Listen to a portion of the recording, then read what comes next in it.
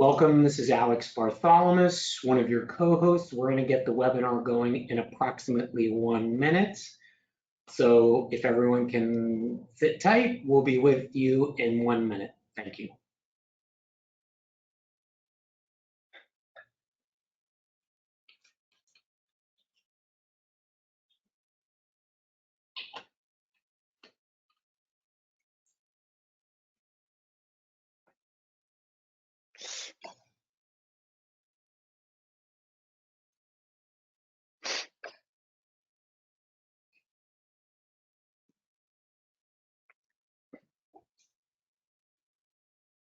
Okay, we're getting some attendees. Okay, it's time to begin. So welcome, thank you for joining us today to talk about the common problems when implementing OKRs and how to overcome them. I'm one of your co-hosts, Alex Bartholomew. I'm the CEO of People Stretch Solutions. We are a management consulting firm based in the Washington, D.C. area here in the United States. We're lucky enough to have a global audience today. We focus on OKR consulting, sales effectiveness, and C-level advisory across North America and EMEA. And so joining us today is the CEO of one of our software partners who happens to be based in Germany. We're lucky to have their CEO, Henrik. Henrik, please introduce yourself for our listeners. I'm Henrik, one of the founders, and as Alex said, also the CEO of Purdue, which is a goal management platform that covers both OKRs and KPIs. We started late 2014, and as we were building our software, we've learned that there's a lot of challenges that come with implementing OKRs, which is why we have this call today, first of all, and also why I've been writing a lot of content, which you find on purdue.com/resources, and as well as our YouTube channel.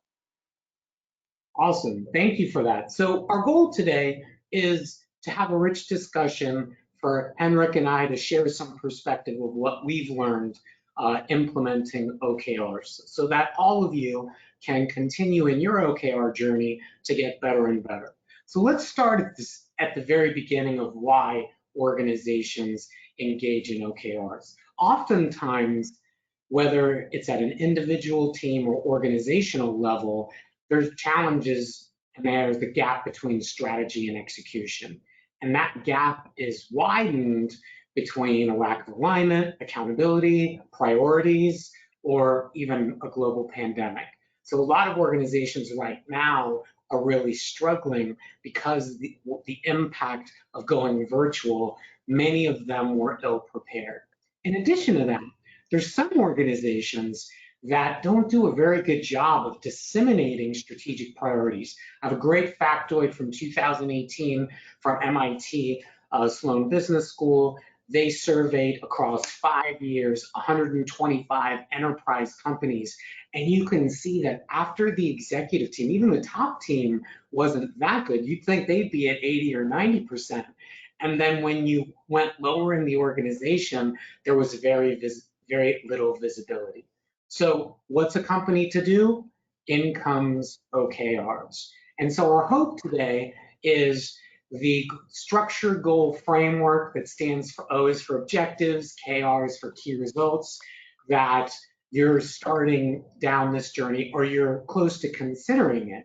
So we're going to dig in, share some insights about some important areas that both Henrik and I feel passionately about, and hopefully you'll be able to walk away with some nuggets.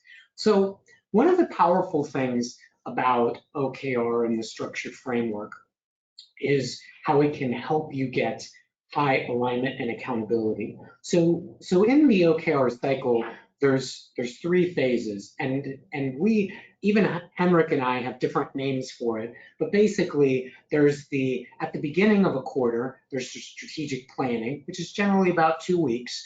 Then there's the 10-week period, that's execution, and at the very end of the quarter, it's the retrospective.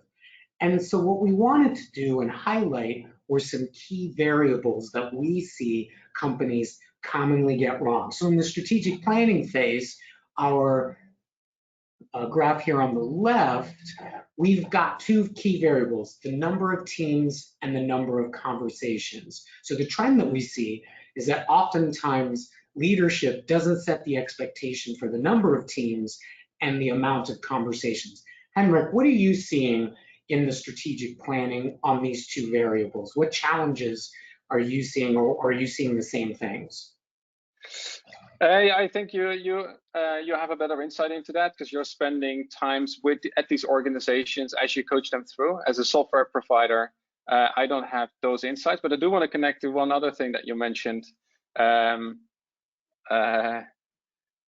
It slips my mind again. I can't remember. Anyways, regarding the, it will come up later on. Regarding the number of teams and the number of conversations, I mean, from my experience, sometimes it also goes down, right? So the number of conversations doesn't go up together with the number of teams as they are increasing, and the average conversations per team are actually decreasing, and a lot less information is being shared. Like, information continues to be shared within certain silos and within a particular team. But yeah, as you saw on the previous slide, information doesn't trickle down from the top anymore. So you miss that strategic direction and that guidance as you start planning the execution for your strategy. Great, and I think that's great that you highlighted that you've actually seen a lot of teams participate, but unfortunately there weren't a lot of conversations to go with that. So that's a missed opportunity. So depending on what role you play in your organization, whether you're thinking about this or you've begun the journey, these are two variables that you really need to think about early in the strategic planning cycle. And you really want to think about that even before it starts, so that way you can engineer the right outcome. So now you're in execution mode.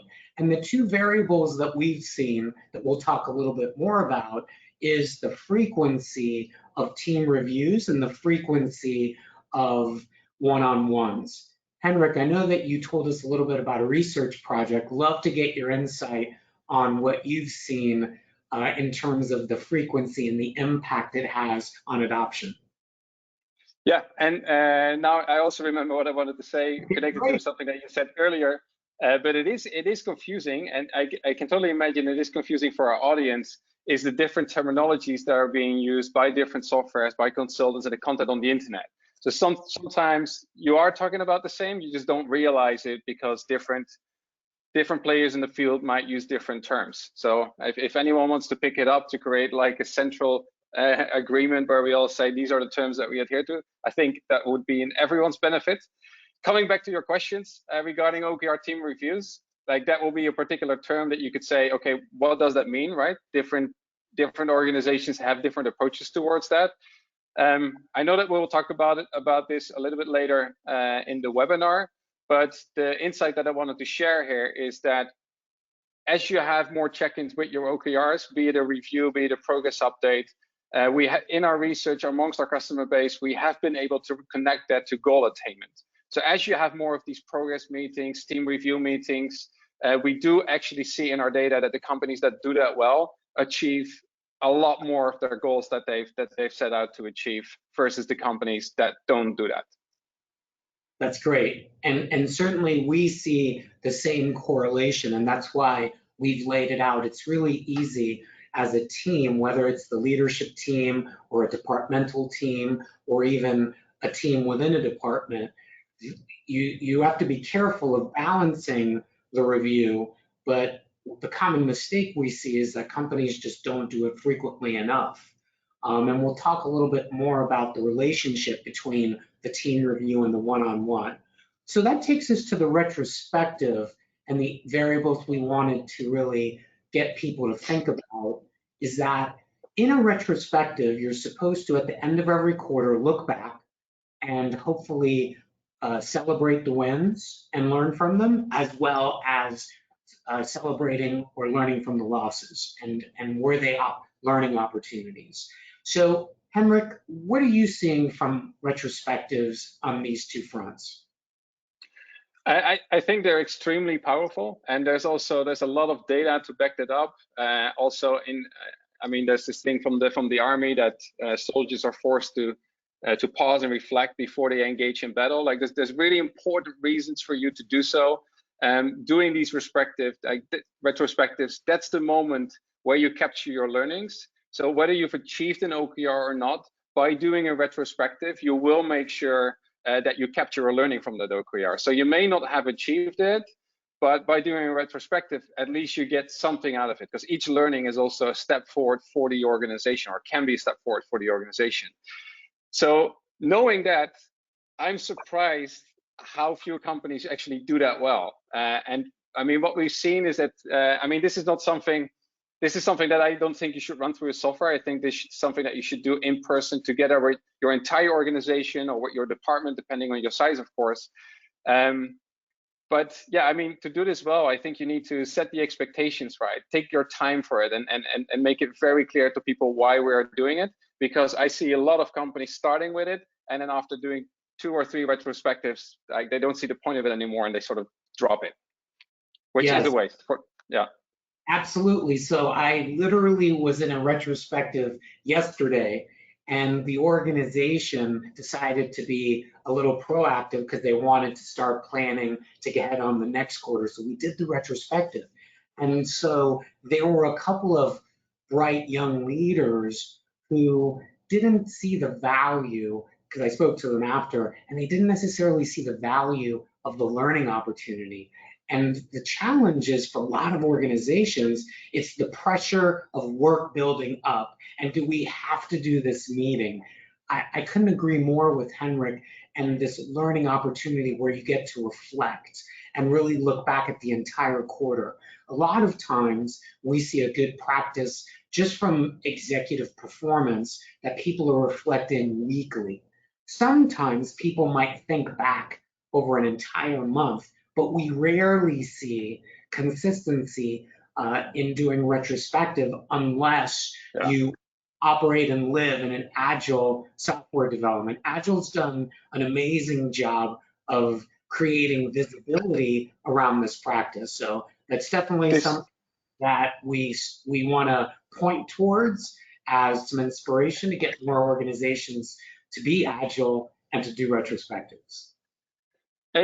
Just to, because I think, yeah, to set this entire webinar in perspective, so both Alex and we are both focused on using OKRs to bridge the strategy execution gap, to implement and execute your strategy. And maybe, I'm not sure, Alex, but it could be that some companies don't do retrospectives because they use OKRs more for people management, which happened a lot at the beginning, but we do see a trend now happening over time where our companies are using more and more the OKRs for strategy execution. And if you use it for people performance management, then maybe you do these retrospectives in like a performance review, which is a completely different topic than what we are talking about today. And if you use OKRs to execute the strategy of the organization, then these retrospectives are super important for the business, because that's what pushes the business forward. So that's a great point. And actually, so to give even more context, Henrik is software, I'm service, I'm a coach. I go in and I work with people. Now, one of the things I will say to add to what you just shared is that I don't think the two things you mentioned have to be exclusive, mutually exclusive of one another. I actually think they're very related, but I think companies sometimes don't do the best job of managing this. So we'll talk a little bit more about this when we get to team reviews and one-on-ones. So let's dig in on an area that people start when they're thinking about OKRs, or they've started and they've struggled. A lot of focus is around the writing of the OKR. And on a top level, we've seen that a lot of times objectives need to inspire as many teams as possible. And the challenge that a lot of organizations face is that either they're narrowly written or they focused on just one or two.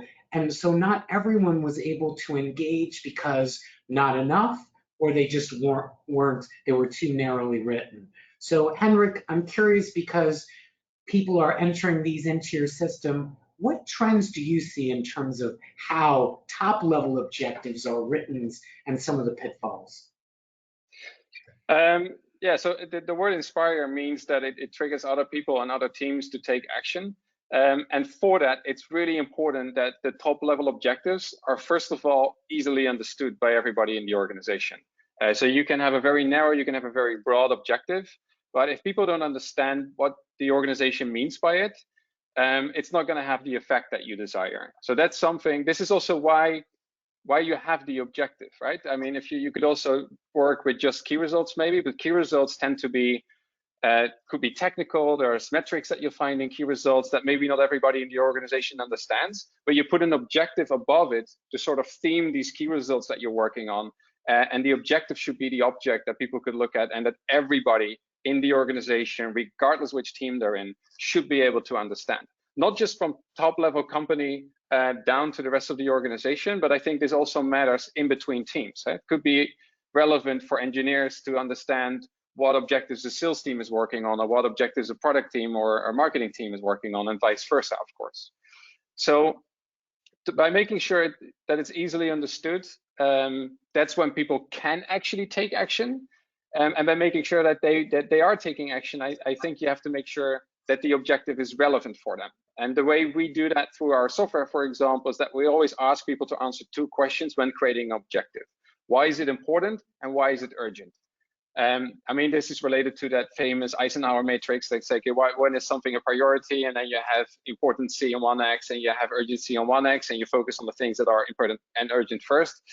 But by answering these questions, you're sort of forcing people to back up the objective and justify why this is a priority at this moment for the organization. And other benefits of that is that it usually also forces people to then back up the objective with data. If I ask you, why is this objective important to you, Alex, then you'll probably come up with a few data points that you found that are then justifying why these are problems that need to be fixed right now. So it also helps your organization to become more data-driven that way.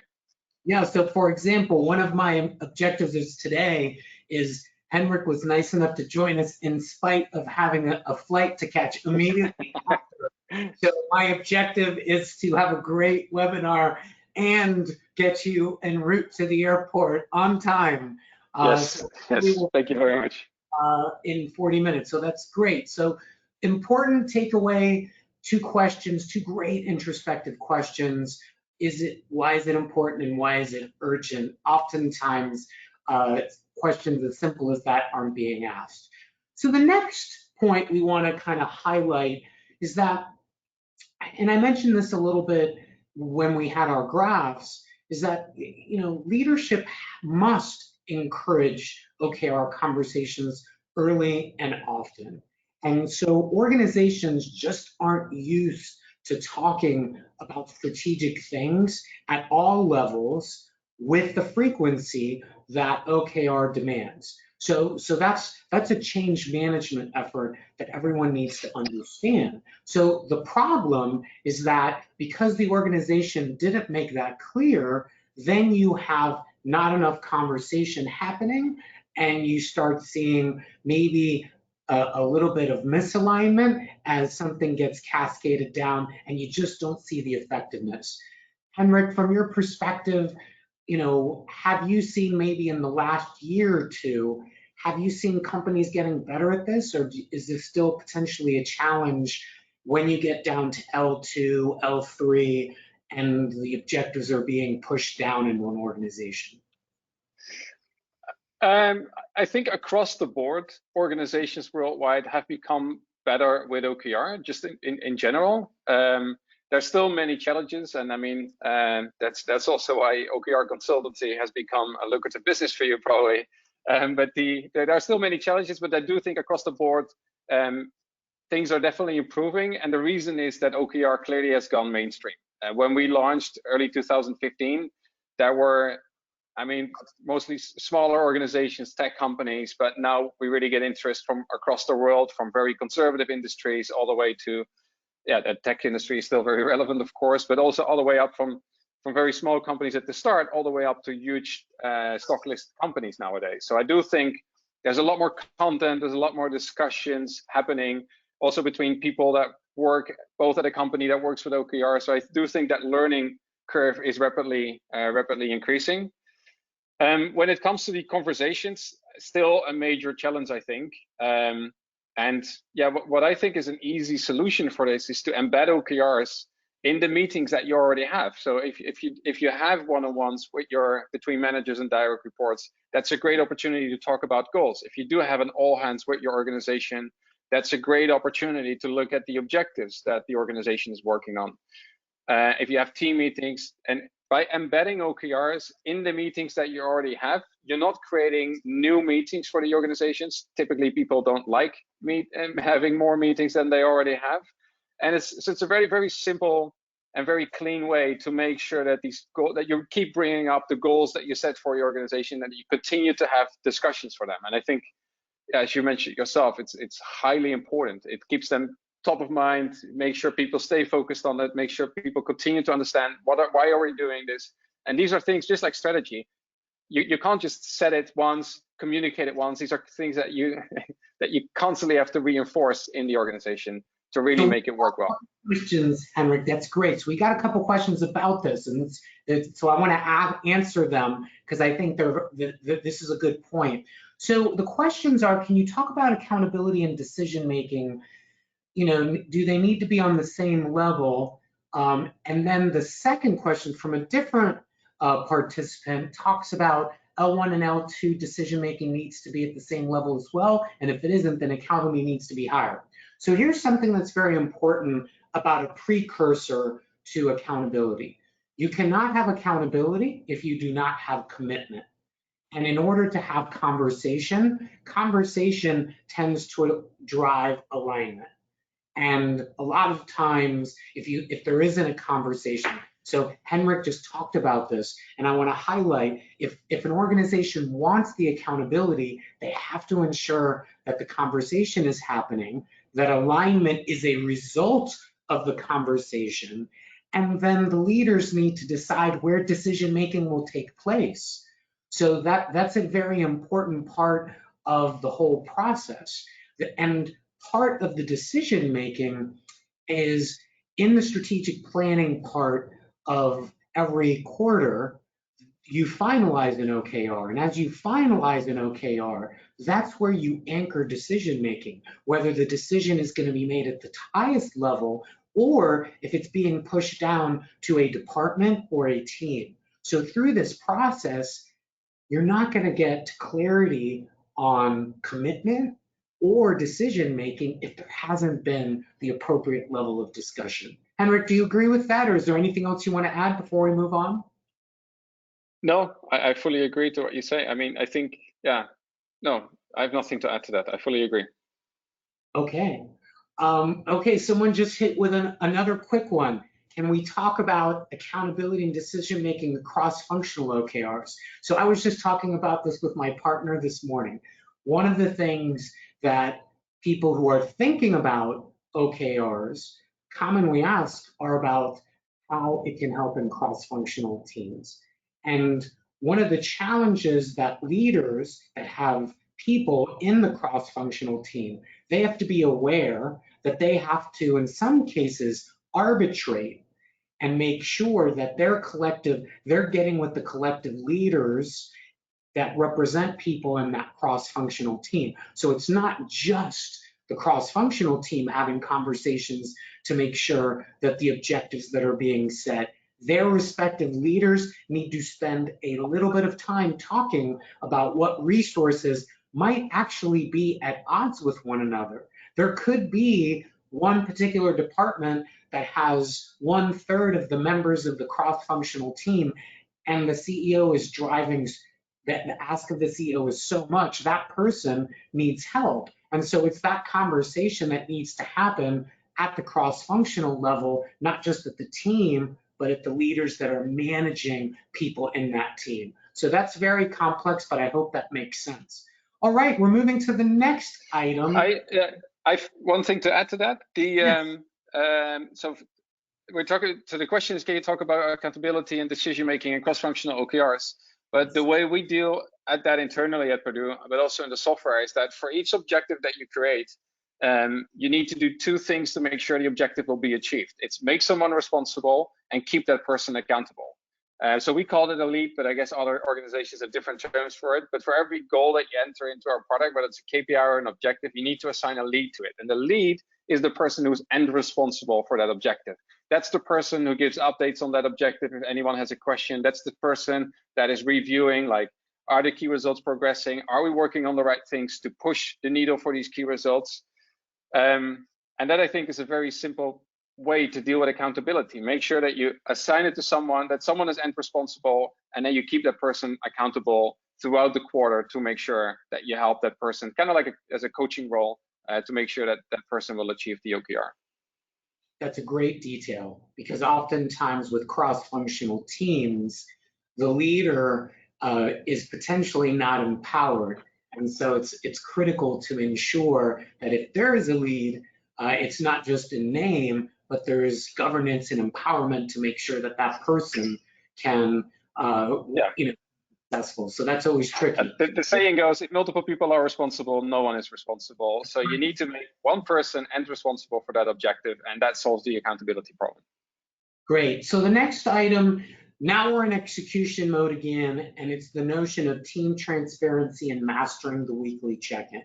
So whether you're having a team meeting at the highest level, department level, or team level within a department, you must look at OKRs with a level of frequency. And so the challenge that we see is that the frequency isn't there, and there's not an interplay between the team review and what's the discussion that's being had in the one-on-one. And so as a result, sometimes people feel reporting's a burden, sometimes employees aren't getting the right feedback because they're not looking at the OKRs frequently enough, or trying to manage the relationship between those two kind of channels of looking at it. So really want to highlight that depending on where you are in your OKR journey. So Henrik, from your perspective, in doing the research, is there a cadence that you recommend for looking at OKRs at a team level versus on a one-on-one level? No, so the research that we've done was more related to the progress updates, and there the optimal cadence was a weekly cadence. So I mean, you mentioned it at the start already, but you typically use the first week of a quarter to set the OKRs, and then you have around 10 weeks to work on it, and then you have the retrospective and the closing process starts. So by doing like a weekly, we call it a check-in, but it's a weekly check-in with all the goals that you're responsible for. And by doing that once a week, you have 10 opportunities throughout the quarter to see how you're progressing and correct course where you need to correct course. So I want to really highlight that, very important, okay? So at People Stretch, we do a lot around behavior and emotional intelligence. And when Henrik just talked about the opportunity to do 10 check-ins, and he's using the term check-in or in terms of entering information on a Friday afternoon into the OKR. So those are the moments that we're hoping that a leader, a manager, or a frontline person is actually reflecting on the progress that they made on their objective and key results. And so having 10 consecutive opportunities to look at that reinforces the right behavior and really keeps a focus on, was this person engaged and on top of that? And, you know, I know that Henrik is the CEO of the software company. I'll give him a shameless plug. His software does a great job of capturing that information, and that's the reason for being for OKR software. So when you've got this, you really need to give that some thought. Henrik, anything else to add in terms of that progress check-in and the power of it? Yeah, so we disconnect the progress updates. We call that check-in, but here you go again. We're talking about different terms. So we really need, Alex, apart from this webinar, we really need to start working on that and put something together to make that all a lot simpler for everyone. But we disconnect the progress updates from like a review and a one-on-one, because as you go into a one-on-one or a review, that's not the place where you want to update progress. That's where everything should be up to date. So we ask people to do like a weekly check-in, to have those 10 opportunities that you're reminded of your goals, to stay focused on it and have the chances to correct course where needed. And then we recommend them to embed them in a one-on-one that managers and direct reports probably already have, where you can then review the check-in of a person, see how they've progressed in the previous weeks, and then have a short conversation around that. And in that, that's like the individual level review. And there, I think managers could benefit from acting as a coach for the people that report to them. At the moment they mark a goal as being off track, it's a great opportunity to have a conversation like, hey, why is the goal off track right now? Do you have a plan to get it on track again? Is there anything that you need from the organization, from me? Is there anything we can do to help? To have this joint feeling that we're all in this together, and coach the person towards successful achievement of the objectives that they are responsible for. And then to have transparency, I think a review on a team level or even on a company level is really good. You don't want to rely on people logging in and finding all that information out themselves. It's really good to have an all-hands meeting on department level, team level, again, depending on the size of your organization, where you share all that information with the entire organization. You can talk about progress, of the learnings that you've collected, etc. So that really boosts transparency, having that last type of meeting. So one of the things that you mentioned that I want to hit before we move on is this notion of you don't want your one-on-ones to be status updates. You want it as a leader, manager, you want it to be a meaningful conversation. There should be feedback about the future. How are we working towards the future? Let's not look back. Technology has helped us cover that. Let's look forward. And if you're a manager or a leader, what value are you bringing in helping that person accomplish their objectives and key results? So I want to get to the last slide, just because this sparked some good conversation between Henrik and I yesterday. It sure did. It's the culture of stretch. It's the retrospective. And so one of the things that a lot of organizations that we work with is that they're very growth oriented, and they're really pushing people to set very ambitious objectives. But the challenge is they haven't done a good job of creating a culture where people feel safe enough to take a chance. People are scared to fail, and oftentimes, if you fall short, people don't handle accountability very well. And so that contributes to not getting any value out of the retrospective. Now, I know that, Henrik, you had some interesting thoughts on the whole notion of stretching and moonshots. Can you share those? Because I think they're very important to hear.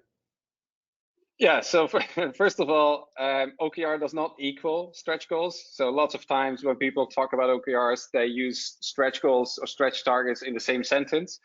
And I think, yeah, I mean, I've actually even heard sometimes from people that they said, like, yeah, we don't do OKR because ambitious targets and stretch goals, that's not for our organization. And I think that's absolutely ridiculous. There's so many benefits in OKRs and so many important things why organizations should work with OKRs. And I just think that stretch goals is not one of them. Stretch goals can also be complicated because you already have to set targets and probably more targets than you did before. And then you also have to stretch yourself, and how far do you stretch yourself? So when you're new to OKR, I would even say, like, ignore the whole stretch goals part and add that into the mix later, just to keep it simple as your organization gets started with OKRs.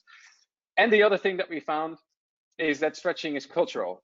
So Alex is based in the US, we're based in Europe, in Germany, and we see that American people are way more comfortable with setting very ambitious goals for themselves. I think Elon Musk is like the big example of that. Sets very ambitious targets for his organization, and then he almost never hits them. But the achievement that he does, the progress that he does have on that goal is still very, very impressive. But you get to 70, 80%, and I see in the US people are fine with that, whereas in Europe, people would then say, yeah, but I didn't achieve the goal. And they rather get to 120% and overachieve than to stretch themselves very far and then only get to 60, 70%, even though the actual results might be the same, right? Absolutely. And so one of the things that I wanted to touch on that is I think I mentioned, as we were joking back and forth, that stereotype in the US, it's well deserved, but there's a surprising amount of people that feel the way you do that are very conservative. Now, one of the things that we always talk about when we're coaching and advising organizations to adopt OKRs is getting them to think about nurturing someone's sense of accomplishment. So there's a behavioral reason to start conservative. And we want to make sure that we nurture our employees' sense of accomplishment. And you can build on that. And so after you get a couple of quarters to maybe 3 quarters of OKR success, that's when I think a little bit of inspiration and aspiration need to come into the objective and or some of the key results.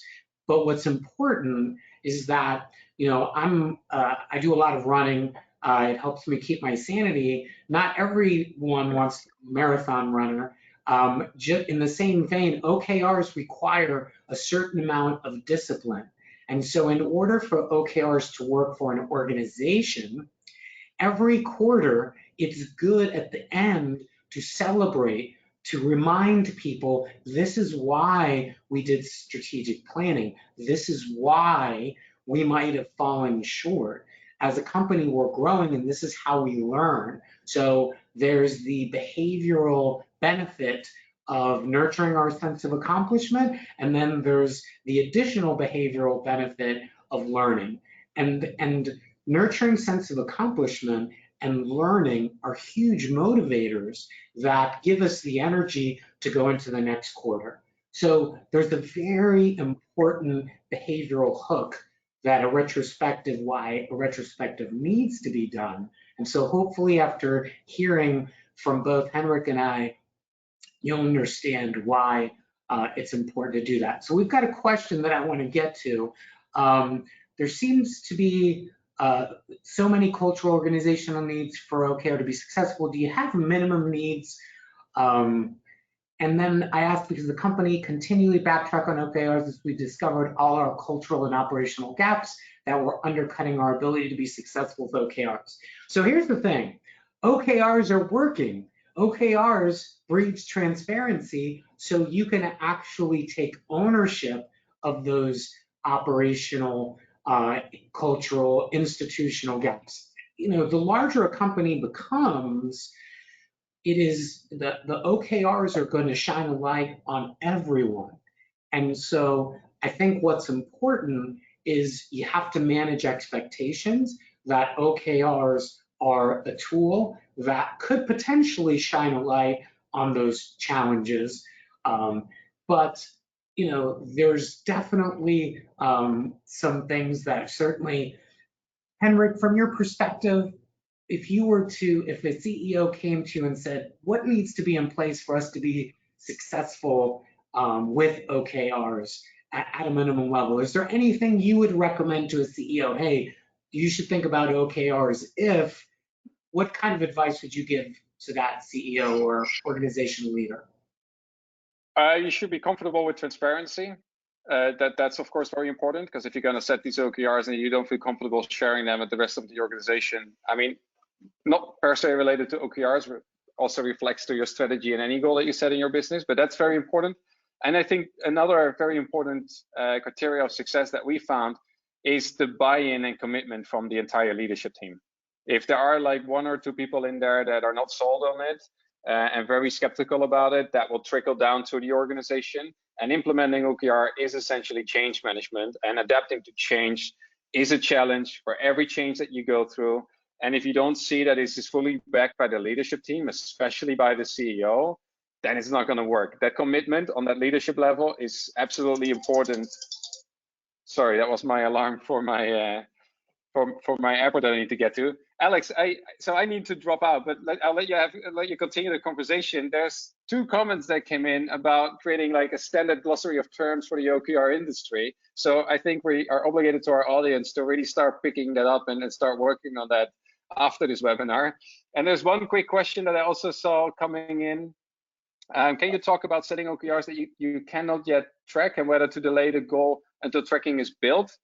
I think that's a very interesting question, especially when organizations are new to OKR.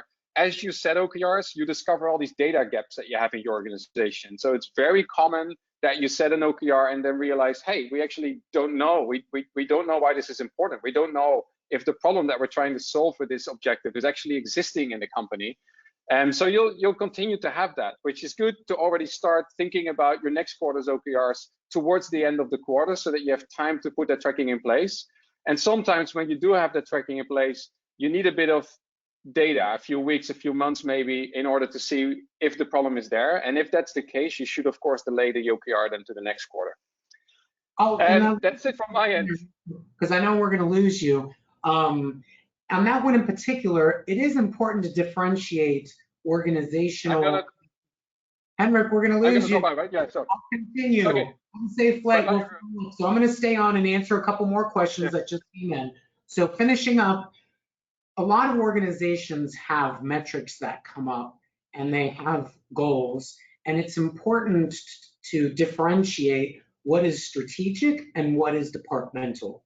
And there's a lot of ways that you can track the departmental. It is important to be careful not to clutter your OKRs with too many of these goals. So I would encourage that there's a lot of additional tools that you can use to track.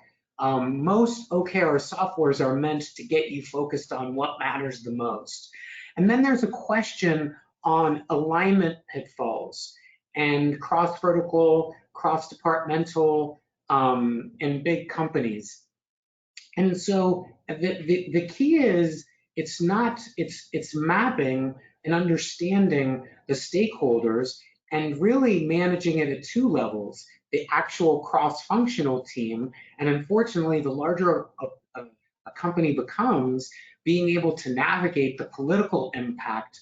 And this, when I use the term political, it's about time and resources that each department that is connected to that cross-departmental, cross-functional team. And so you have to manage it at two levels.